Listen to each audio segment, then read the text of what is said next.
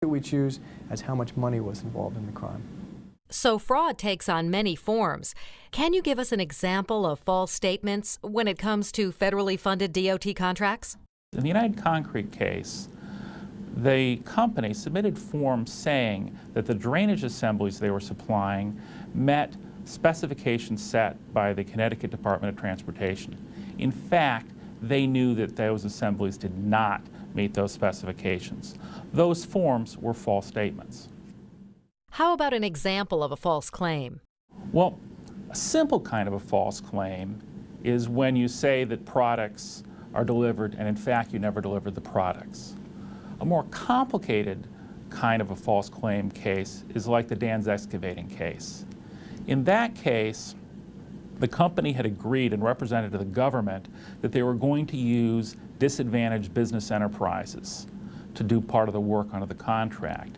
And payment under the contract required that they meet those requirements and that they fulfill those requirements. So when they submitted claims saying that they'd met those requirements, those claims were false. A viewer has sent an email saying it seems like these false claim cases involve both false statements and fraud. What's the story? Generally, when someone tries to cheat the government, it often involves false claims, false statements, and fraud. An example of that is the Aggregate Industries case. In that case, the company had decided, the scheme, as you will, was to use some substandard concrete in a government project. As part of that scheme, they submitted forms which misdescribed the concrete, said basically that it was fresher than it was. Those forms were false statements. Those claims were based on it being concrete that met the specifications, the same concrete described in the forms. So those claims for payment were false claims. And those crimes are all felonies? Those are all felony crimes, and there are serious consequences that go along with that in addition to the potential for imprisonment and fines. People lose civil rights. You won't be able to carry a weapon. You will lose your right to vote in most jurisdictions. Today, our Eyes On series gives fraud indicators a close-up. These red flag indicators help those in the transportation community, government employees, and contractors know what to look for. Let's see if you can spot the clues that could lead to identifying potential fraud involving false statements and claims.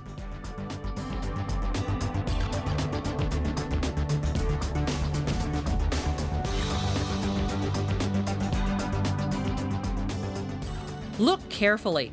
These clues lead you to materials overcharging. How do we know? A contractor misrepresents how much construction material was used on the job and then is paid for excess material to increase job profit. These are definite red flag indicators of materials overcharging. Here's another set of clues. Hint: follow the construction materials, the products, and supporting documents.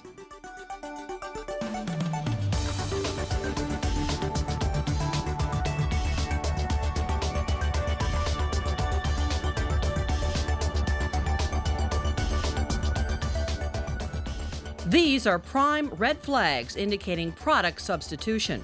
A contractor misrepresents what product was used in order to reduce costs for construction materials. Up close and personal, ask those involved in the United Concrete case for helpful tips on how to prevent product substitution. You're not in the field 24/7. You have eyes and ears out there. If you don't have good communication with your staff in the field, you're not going to catch these things. And you got to trust your people. If your person comes to you and says, I think something's wrong, listen. Once you get the allegation and once you start working the case, don't leave the people in the field out of it. Keep in touch with them. They're the experts. They know what to look for. They can tell you when you're getting told a line of BS by the target. To the DOT employees, I tell you this. Do your homework, use a lot of common sense, review your plans and specifications, highlight what's different from the norm, and keep on that, and constantly review everything. So just don't cut corners. The quick buck is just not worth it. The public scrutiny the companies had to endure is just, has been very taxing. It's a family-owned run business. They didn't want this negative publicity. Who would? To the contractors, we're watching. To the suppliers, we're watching too. We will watch for the quality going into our products, especially in the Connecticut Department of Transportation. Red flags are everywhere. You see the fraud. You know the scam. You've identified a potential problem. You should let someone know. Call. That's right, call 800-424-9071 and let the OIG hotline know. It's your duty. Eyes on Fraud Indicators continues with fraud of a different type. Check out these red flag indicators.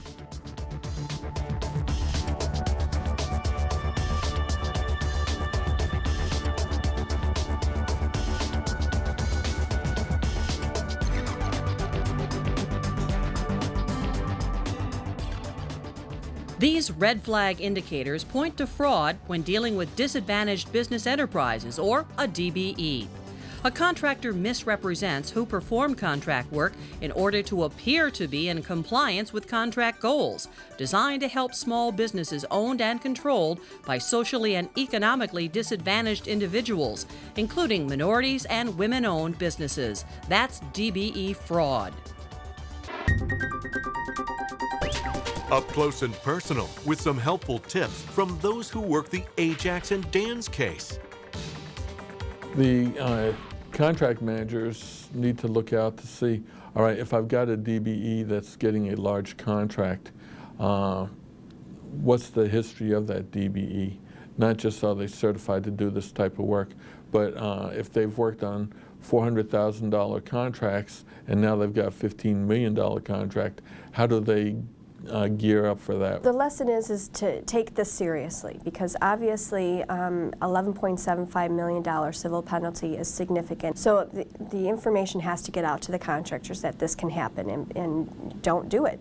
Follow the rules. That's the big thing. Let the recipients of the grants make sure the contractors understand we will be monitoring this closely, and it's no longer business as usual. Dan's Ajax are some big kids on the block. They're not ma and pa companies. And if the other contractors in the area happen to read the paper and see that if somebody of the stature of Dan's Ajax joint venture were able to be identified, then it could well happen to the other people too.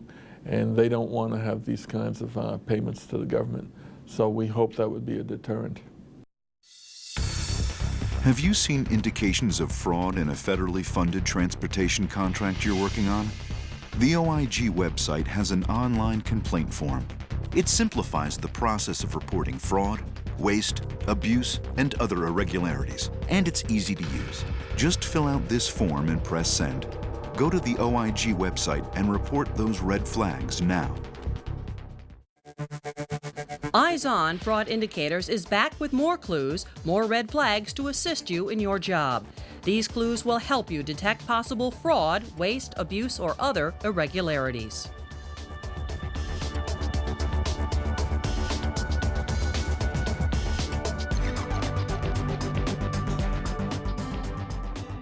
These red flags point to quality control testing fraud. In this case, a contractor misrepresents quality control, QC test results, to falsely earn contract incentives or to avoid production shutdown in order to increase profits or limit costs. Now let's review so you too can help protect taxpayers' interests by reporting indications of fraud, waste, abuse, false statements and claims, and other irregularities. That's right after this important message. Those who carry out vital programs such as the construction and maintenance of our nation's highways represent the first line of defense in ensuring program integrity.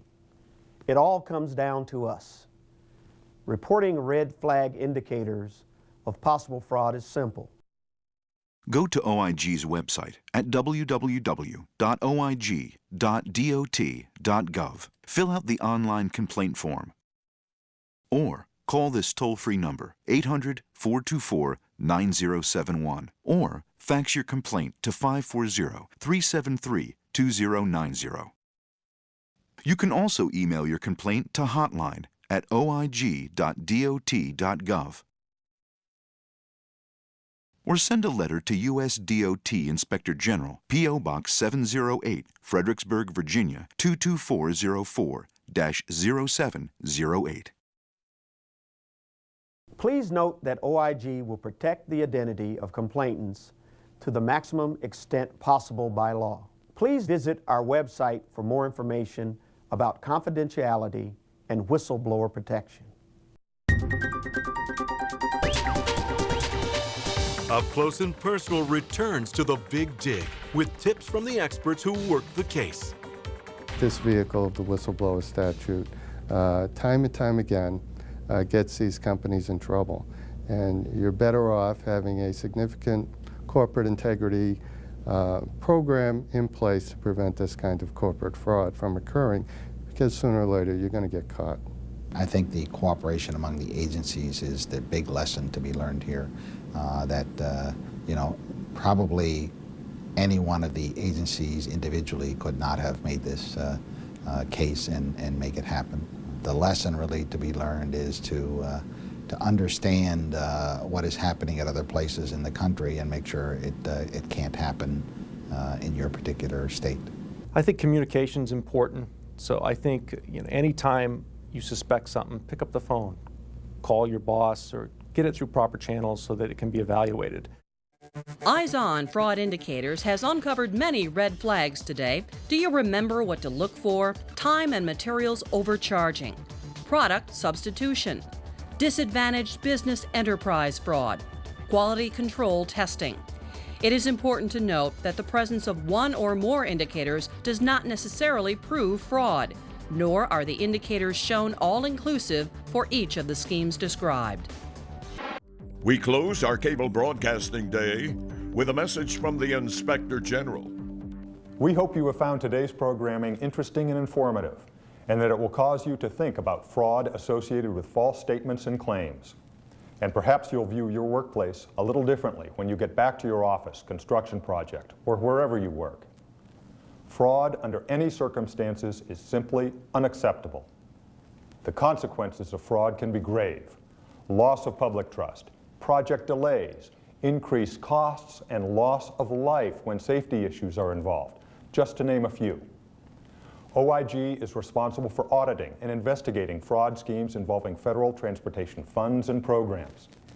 However, everyone associated with the transportation community, whether with federal, state, or local government, or the private sector, has a shared responsibility for ensuring the integrity of our nation's transportation infrastructure programs and activities. We want to work with you in fulfilling that responsibility. Your vigilance is essential to mitigating the extent to which fraud and abuse involving transportation programs cheat American taxpayers and erode public confidence in the integrity of our transportation system, whether we're talking about highways, railways, airways, or other means. I know that most within the transportation community, government employees and contractors alike, are working diligently to make sure taxpayers have the best transportation system possible for their tax dollars. Thank you for the incredible jobs you are doing. Please give OIG a call or drop us a note if you believe we can possibly assist with a particular matter, or you just want to learn about other fraud schemes. Thank you again.